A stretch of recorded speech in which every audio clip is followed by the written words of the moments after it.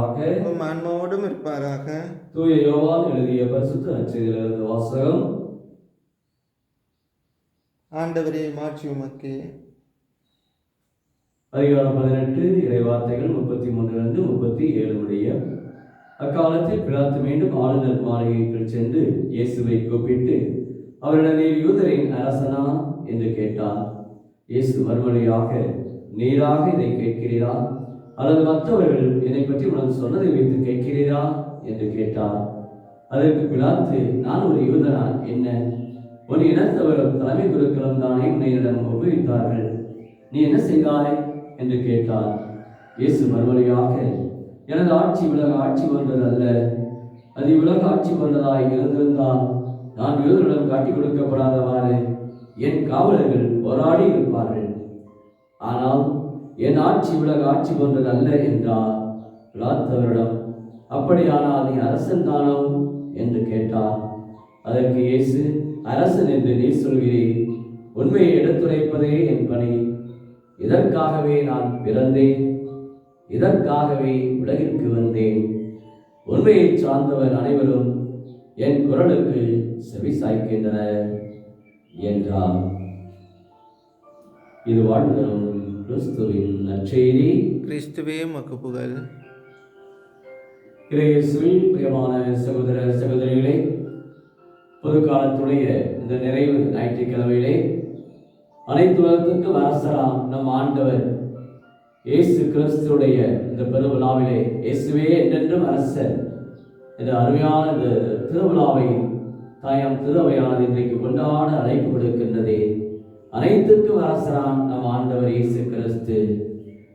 இயேசு என்றென்றும் அரசராக நம் ஒவ்வொருடைய வாழ்வில் குடும்பத்திலும் இயேசுவே நமக்கு தலைவராக, விடுதலையாக, வெற்றியாக, வாழ்வாக இயேசு நம்மிலே வருகின்றார் என்ற அருமையான இந்த விழாவை இந்த மகிழ்வோடு நாம் இன்றைக்கு கொண்டாட திருவை அழைக்கின்றது. அரசன் என்று சொல்லுகிற பொழுது எல்லா மக்களையும் அன்போடும் பாசத்தோடும் அரவணைக்கின்ற ஒரு அன்பு தலைவராக இருக்க வேண்டும். நீதி, பாதுகாப்பு, இதுதான் அரசனுக்குரிய 2 பண்புகளாக வரலாற்றிலே எத்தனையோ மன்னர்கள் தோன்றி இருக்கின்றார்கள், எத்தனையோ அரசர்கள் தோன்றி இருக்கின்றார்கள்.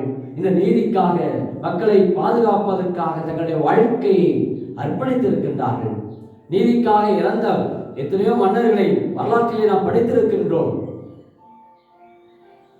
அரசர் அந்த வாழ்வை பார்க்கிற பொழுது மக்களோடு மக்களாக, மக்களுக்கு ஒரு பணி செய்யக்கூடிய ஒரு அன்பு தலைவராக, இயேசுவே அன்பின் அரசராக, என்னுடைய ஆட்சி உலகு போன்றது அல்ல. இயேசு அருமையாக சொல்லுகிறார், என்னுடைய ஆட்சி இந்த உலகத்தை போன்றது அல்ல. ஏன் சொல்லுகிறார்? இந்த உலகத்திலே பொய்மை, ஆணவம், அகங்காரம், இருமாப்பு, அடிமைத்தனங்கள், புற அடிமைத்தனங்கள், இன்னும் அடக்குமுறை இருக்கிறது. இதை பார்த்து சொல்லுகிறார், என்னுடைய ஆட்சி இந்த உலகத்தை போன்றது அல்ல. மாறாக அன்புக்குரிய ஆட்சி, அமைதியான ஒரு அரசு, நீதியான அரசு, உண்மையின் அரசு, இரக்கத்தின் அரசு. இதைத்தான் இயேசு இன்றைக்கு சுட்டி காட்டுகின்றார். அப்ப இயேசுடைய இந்த ஒரு அரசாட்சி இந்த உலகத்தில் வரும் என்று அவருடைய 2ஆம் வருகைக்கு நாம் ஆயத்தமாக இருக்கிறோம், காத்துக் கொண்டு இருக்கிறோம்.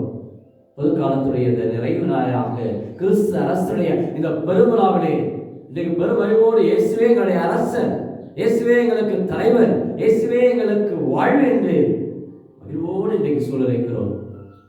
அன்றைக்கு ஒரு ராஜா தன் மக்களிடத்திலே எடுத்துச் சொல்லுகின்றான், வாருங்கள் அரண்மனைக்கு, உங்களுக்கு என்ன பொருள் வேணுமா எடுத்துச் சொல்லுங்கள் என்று சொல்லுகின்றான்.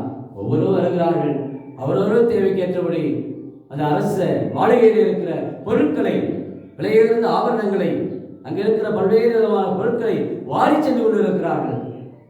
அந்த ஒரு குழந்தை அந்த அரசனை ஓடி வந்து கட்டி பிடித்து, எனக்கு நீங்கள் தான் வேண்டும் என்று சொன்னதாம். இயேசுவில் பிரியமான சகோதர சகோதரிகளே, அந்த குழந்தையுடைய உள்ளத்திலே அரசனுடைய அந்த அன்பு, அரசனுடைய அந்த அரவணைப்பு எனக்கு போதும் என்று ஒரு நிம்மதியிலே வந்தது. இயேசுவை அரசராக இன்றைக்கு ஏற்றுக்கொண்டு நம்முடைய வாழ்விலும் இன்றைக்கு எதை நாம் இன்றைக்கு நாடிக்கொண்டு இருக்கிறோம்? உடைமைகளை ஒருவர் பெறுவதால் வாழ்வு வந்து விடாது என்று லூக்கா நற்செய்தியிலே ஆண்டவர் சொல்கின்றார். ஆக நாம் எதை நோக்கி இன்றைக்கு பயணித்துக் கொண்டிருக்கிறோம்? நம்முடைய வாழ்விலே இயேசுவினுடைய இந்த அரசர் பெருவிழாவை கொண்டாடக்கூடிய கிறிஸ்துவே எங்களுக்கு அரசர் என்று கொண்டாடக்கூடிய நம்முடைய வாழ்விலே எத்தனை ஒரு நீதி தன்மைகள் இன்றைக்கு நம்முடைய வாழ்விலே இருக்கிறதா? இன்றைய வாசகங்கள் அனைத்துமே நாம் பார்க்கிறோம். இயேசுடைய ஆட்சி முடிவே இராது. எசாயா புத்தகத்தில் படிக்கிறோம் 9ஆம் அதிகாரத்தில் 6, 7, 8 வசனங்களே, இதோ அவருடைய ஆட்சிக்கு முடிவே இராது. நீதியின் அரசர், உண்மையின் அரசர், அமைதியின் அரசர் என்று சொல்லப்படுகின்றது. இம்மானுவேல் இவ்வாறு இருப்பார் என்று இயேசுவை பற்றிய வார்த்தைகள் பழைய ஏற்பாட்டிலே குறிப்பிடப்பட்டிருக்கிறது. இன்றைய முதல் வாசகத்திலே தானியேல் கண்ட காட்சியை அருமையாக குறிப்பிடுகின்றார். வானத்தின் மேகங்களின் மீது மாரண மகனை போன்ற ஒருவர் தோன்றினார். எல்லா இனத்தாரும் நாட்டினர் மொழியிலும் அவரை வழிபட வேண்டும். ஆட்சியுமையும் ஆட்சியும் அரசும் அவருக்கு கொடுக்கப்பட்டிருக்கின்றன என்று அருமையான அந்த கனவை விவரித்து சொல்கின்றார். இயேசுடைய அரசானது ஏதோ ஒரு குறிப்பிட்ட காலத்துக்கு மட்டுமல்ல, மாறாக நம்முடைய வாழ்வினுடைய இந்த நிறைவு இன்னும் அதற்கேற்ப அடுத்த கால மறு உலக வாழ்விலும் இயேசு என்றென்றும் ஆட்சியோடு இருக்கின்றார். அவருடைய அரசு அழிந்து போகாது. வெண்ணும் மண்ணும் ஒளிந்து போகும், என் வார்த்தைகளோ என்றுமே ஒளிந்து போகாது என்று சொன்ன ஆண்டவர் இயேசுடைய அரசாட்சியும் என்றும் அழிந்து போகாது என்று முதல் வாசகத்திலே தானியேல் அருமையாக குறிப்பிடுகின்றார். தானியேல் கடவுளை நம்பியார், கடவுளுடைய அந்த சாட்சியமாக வாழ்ந்தவர். 2ஆம் வாசகத்திலே திருவெளிப்பாடு புத்தகத்தில் எடுக்கப்பட்டிருக்கிறது. அருமையாக சொல்லப்படுகின்றது, இவருக்கே ஆட்சியும் ஆற்றலும் என்றென்றும் உரியன, அகரமும் நகரமும் நானே, இருந்தவரும் இருக்கின்றவரும் வர இருக்கின்றவரும் எல்லாம் வல்லவரும் அவரே. இயேசுவை பற்றி யோவான் ஆசிரியர் திருவெளிப்பாடு புத்தகத்தில் உருவகத்திலே இயேசு ஆட்டுக்குட்டி, இவரே கடவுளுடைய ஆட்டுக்குட்டி, இவரே செம்மறி, உலகின் பாவங்களை போக்குகின்றவர் என்று யோவான் ஆசிரியர் குறிப்பிடுகின்றார். இயேசுவின் வழியாக நம் ஒவ்வொருவருக்கும் கொடுக்கிறார். இயேசுவை நம்பிக்கைக்குரிய சாட்சியாக இருக்கின்றார்.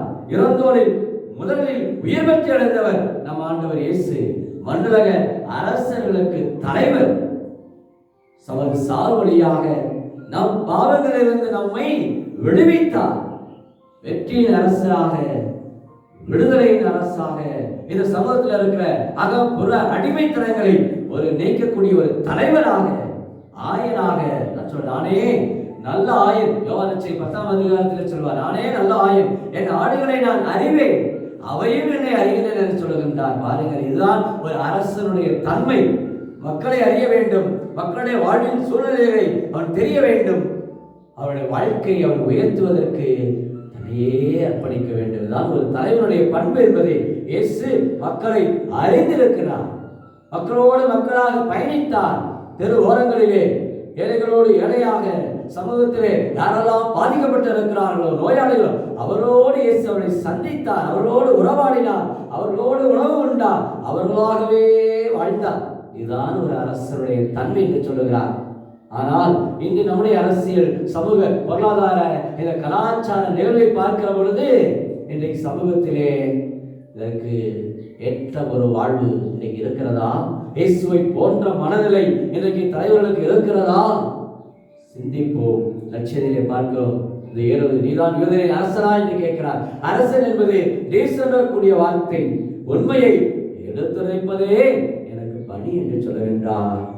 பாருங்கள், இயேசுடைய உண்மைக்கு சாட்சியம் வரக்கூடிய ஒரு போதனைகள், விழுமியங்கள், மதிப்பீடுகள் எல்லாம் இறையரசை நோக்கி நம்ம எல்லாரையும் அழைத்து செல்கின்றது.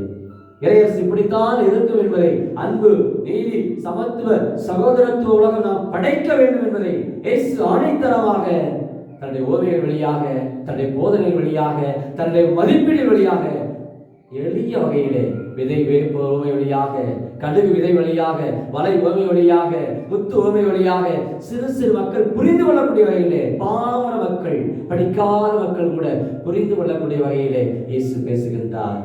ஒரு தலைவர் என்று சொன்னால் மக்களுக்கு புரியாத மொழியிலே பேசுவதல்ல, அல்லது எதிர்காலத்திலே இப்படி இருப்பேன் என்று சூழலைப்பதல்ல. மாறாக எது வாழ்வினுடைய யதார்த்தமோ, எது கடவுளுக்குரியதோ அதை மக்களுக்கு எடுத்துரைக்கக்கூடியவராக இயேசு அரசராக, தலைவராக, விடுதலையின் வெற்றியின் வேந்தராக இன்றைக்கு நம்ம ஒவ்வொரு மத்தியிலுமே அன்போடு நம்மை அரவணைக்கின்றார். ஆசீர்வாதங்களை நம்ம எல்லாருக்கும் நிறைவாய் கொடுக்கின்றார். அப்ப இயேசுடைய அந்த தியாக அந்த உள்ளத்திலே ஒவ்வொருவருமே மக்களை பாதுகாப்பதிலே, இந்த மக்கள் எல்லாம் ஆயிரம் ஆடுகள் போல இருக்கிறார்கள் என்று இயேசு பரிவு கண்டார். எவரையும் குற்றப்படுத்தவில்லை, எவரையும் தண்டனைக்கு உட்படுத்தவில்லை. நான் மத்திய ரட்சகர் சொல்லுவார் 5ஆம் அதிகாரத்திலே, எவரும் தீர்ப்பிடாதீர்கள், மாறாக நீங்களும் தீர்ப்புக்குள்ளாவீர்கள் என்று சொல்லுவார். யோவான் நட்சத்திரத்தை பார்க்கிறோம் 8ஆம் அதிகாரத்திலே அந்த விபச்சார பெண்ணை கொண்டு வந்து நிறுத்துகிற பொழுது இயேசுடைய பார்வை, பெண்ணே நானும் உன்னை தீர்ப்பிடேன், இனி நீ பாவம் செய்யாதே என்று மாற்றத்தோடு அந்த பெண்ணை அனுப்பி வைக்கின்றான். பாருங்கள், இதுதான் இயேசுடைய ஒரு தலைவருடைய பண்பு. எவரையும் குற்றப்படுத்துவதில்லை, அவமானப்படுத்துவதில்லை, இழிவுபடுத்துவதில்லை, மானபங்கப்படுத்துவதில்லை. அரசுடைய ஒரு பண்பு என்பது குறைகளோடு இருக்கிற மக்களை, பலவீனத்தோடு இருக்கிற மக்களை கைதூக்கி அவர்களை வழிநடத்தக்கூடியவராக, ஆயனாக, தலைவராக, தாழ்ச்சியுள்ளவராக, சீடர்களுடைய பாதங்களை கழுவியவராக பார்க்கிறோம். அதான் சீடர்களுக்கு தன்னுடைய வாழ்வை முன்மாதிரியாக வைக்கிறார். நான் உங்களுக்கு ஒரு முன்மாதிரி காட்டுகிறேன் என்று சொல்லி இயேசு சீடருடைய பாதங்களை கழுவுகிறார். பாருங்கள், எத்தனை ஒரு தாழ்ச்சி இயேசுவிடத்தில். இதான் ஒரு தலைவருடைய பண்பை. பிறருடைய வாழ்வு மேம்படுவதற்காக நம்மவே கரைக்க வேண்டும். மார்க்கு லட்சியம் 10ஆம் அதிகாரம் 45வது வசனத்தில் சொல்கிறார், பணிவிடை பெறவில்லை, மாறாக பணிவிடை புரியவே வந்தேன் என்று சொல்லுகிறார். அப்படியேப்பட்ட இயேசு ராஜா ஒரு அன்பின் ராஜாவாக, இரக்கத்தின் ராஜாவாக, நம்முடைய கவலைகளிலே, நம்முடைய பிரச்சனைகளிலே, நம்முடைய வேதனைகளிலே, நம்முடைய நோய்களிலே, நம்முடைய வாழ்க்கையில ஒவ்வொரு கட்டத்திலுமே இயேசு நம்மோடு இருக்கின்றார். இம்மானுவேல், கடவுள் நம்மோடு என்று சொல்கிறோம். இயேசுவே என்றென்றும் அரசராக, இவருடைய ஆட்சிக்கு முடிவே இராது. அங்கு எங்கு அதிகாரம் இருக்கிறதோ, எங்கு ஆணவம் இருக்கிறதோ, அங்கு இந்த இயேசுடைய அரசாட்சிக்கு ஈடு கிடையவே கிடையாது. நம்முடைய வாழ்க்கையை, குடும்பத்தை, எத்தனையோ தலைவராக இருக்கிறோம், குடும்பத்திலே தலைவியாக இருக்கிறோம், சமூகத்தில் எத்தனையோ பொறுப்புகளை வைத்துக் கொண்டு இருக்கிறோம். உண்மைக்கு சான்று வருகிறோமா? நீதிக்கு குரல் கொடுக்கிறோமா? கேட்டு பாருங்கள், உள்ளத்திலே எவ்வளவு நம்முடைய இருக்கக்கூடிய ஒரு மறைந்த தன்மைகள், தீய சக்தியிலே பிடியிலே, தீய எண்ணங்கள் மத்தியிலே கட்டுண்டு இருக்கிற பிள்ளைகள், அநேக பிள்ளைகள், பொறுப்புகளை தட்டி செல்லக்கூடிய பிள்ளைகள், தலைமைத்துவ பண்பிலிருந்து விலகிச் செல்லக்கூடிய, எனக்கு வேண்டாம், எனக்கு இந்த தலைமைத்துவ பணியே வேண்டாம், என்னால் இயலாது, என்னால் முடியாது, நான் சொல்லி யாரும் கேட்க மாட்டார்கள், ஒதுங்கி செல்லக்கூடிய பிள்ளைகள், அநேக பிள்ளைகள் இன்னைக்கு திருச்சபையின் பொறுப்புகளிலே எத்தனை சவால்களை சந்திக்கின்றார்கள். எல்லாரையும் நாம் ஆண்டவருடைய கரங்களை ஒப்புக் கொடுப்போம். ஜெபிப்போமா? அன்பின் பரலோக பிதாவே, அப்பா இயேசுவே, இதோ நீரே எங்களுக்கு என்றென்றும் அரசராக, நீர் எங்களுக்கு என்று இருக்கிறீர் ராஜாவே. ஏசப்பா, இதோ நாங்கள் ஒவ்வொருவருமே உண்மையோடும் நீதியோடும் நேர்மையோடு நாங்கள் இந்த உலக ஆட்சியிலிருந்து நாங்கள் முரண்பட்டு உங்களுடைய அந்த அன்பை, சமத்துவ சகோதரத்துவ உலகை படைக்க நீங்கள் எங்களுக்கு கிருபையை தாரும் ஆண்டவரே. இந்த சமூகத்தில் இருக்கிற இந்த அரசாட்சி முற்றிலும் ஒழிந்து போக நீரே எங்களுக்கு 2ஆம் வருகையிலே வந்து அந்த இறை ஆட்சியுடைய விழுமைகளிலே மக்கள் சந்தோஷத்தோடு மகிழ்வோடு எல்லாரும் எல்லாம் பெற்று வாழ இன்னைக்கு எத்தனையோ பேர், ஏழை பணக்காரன், உயர்ந்தவன் தாழ்ந்தவன் என்ற இன்னும் பாகுபாடு இன்னும் சமூகத்தில் இன்னும் இருந்து கொண்டு இருக்கிறது. ஏசப்பா, நீரே அரசராக வாரும் ஆண்டவரே, வாரும் வல்லவரே, வாரும் ஆவியானவரே, வாரும் அக்கினியானவரே, வாரும் தலைவரே. நீதான் எங்களுக்கு தலைவர், நீதான் எங்களுக்கு அன்பின் ராஜா, இரக்கத்தின் ராஜா, சமாதானத்தின் ராஜா. நீர் கொண்டு வர அந்த சமாதானம் எங்களுடைய குடும்பத்துக்கு ஒரு நிறைவாக இருக்க வேண்டும். ஒவ்வொரு நாளும் கலைமான்கள் நீரோடையை ஆழமாய் நாடுவது போல இறைவா என் நெஞ்ச உண்மையே நாடுகிறது. ஒவ்வொரு நாளும் உடைய அந்த தலைமைத்துவ பணியிலே, தாழ்ச்சியிலே உண்மையே கரைத்தீரே, தியாகத்திலே உண்மையே கரைத்தீரே. அத்தகைய அரச தன்மை இந்த உலகத்திலே இருக்கிற ஒவ்வொரு தலைவர்களும் தலைவிக்கும் நீர் நிறைவாய் கொடுக்கும்படி தியாக உள்ளத்தோடு பணிபுரிய, தங்களையே அர்ப்பணிக்க, குடும்பத்திலே, கணவரிடத்திலே, மனைவிடத்திலே, பிள்ளைகளிடத்திலே தாழ்ச்சியோடும் அன்போடும் பரிவோடும் இரக்கத்தோடும் என்னாலும் அன்பு பிள்ளைகளாக நாங்கள் சாட்சியாக இருக்க நம்முடைய கிருபை எங்களுக்கு இந்த கிறிஸ்து அரசர் இந்த பெருவிழாவை சிறப்பிக்கிற இந்த நன்னாளிலே வந்து ஜபிக்கிற ஒவ்வொரு குடும்பத்தாருக்குமே, கேட்டுக்கொண்டிருக்கிற ஒவ்வொருவருக்குமே தாழ்ச்சி, அன்பை, நிறைவை, மனித மாண்பை ஒவ்வொரு கட்டி எழுப்பக்கூடியவர்களாக இறை அரசினுடைய பாதையை நோக்கி நாங்கள் பயணிக்க சோர்ந்து போய் இருக்கிற வேளையிலே எங்களை பலப்படுத்தும். உடல் உள்ள சுகத்தை தாரும். கவலையோடு இருக்கிற பொழுது இது முடியாது, இது இயலாது என்று ஒதுங்கி செல்லக்கூடிய பிள்ளைகளாக அல்ல, இழந்து போனதை தேடி மீட்கவே வானுமகன் வந்தார் என்ற அந்த அரச தன்மையிலே நாங்கள் எப்பொழுதுமே எங்களை விட்டு விலகி சென்றிருப்பவர்கள், எங்களை வேண்டாம் என்று ஒதுக்குபவர்களை நாங்கள் தேடி சென்று அரவணைத்து அன்பு செய்யக்கூடிய ஒரு சமூகமாக, புதிய விண்ணகத்தை, புதிய மன்னகத்தை படைக்கக்கூடிய மக்களாக நாங்கள் லட்சியத்தோடு பயணிக்க உங்களுடைய அருள் ஆற்றலை எங்களுக்கு இந்த நாளிலே கொடுக்கும்படி கிறிஸ்து வழியாக உம்மை கொண்டாடுகிறோம்.